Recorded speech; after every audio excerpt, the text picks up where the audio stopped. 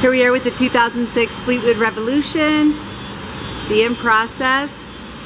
We did this door panel. We're going to go inside,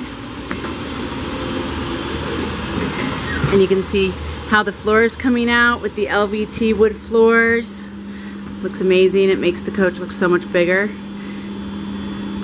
And then we took off these old shades and we put in the MCD shades, which are really nice. Next, we're going to put in the black carpet on the slides, put the settee back in, and the sofas. The LVT makes it look beautiful. Very big.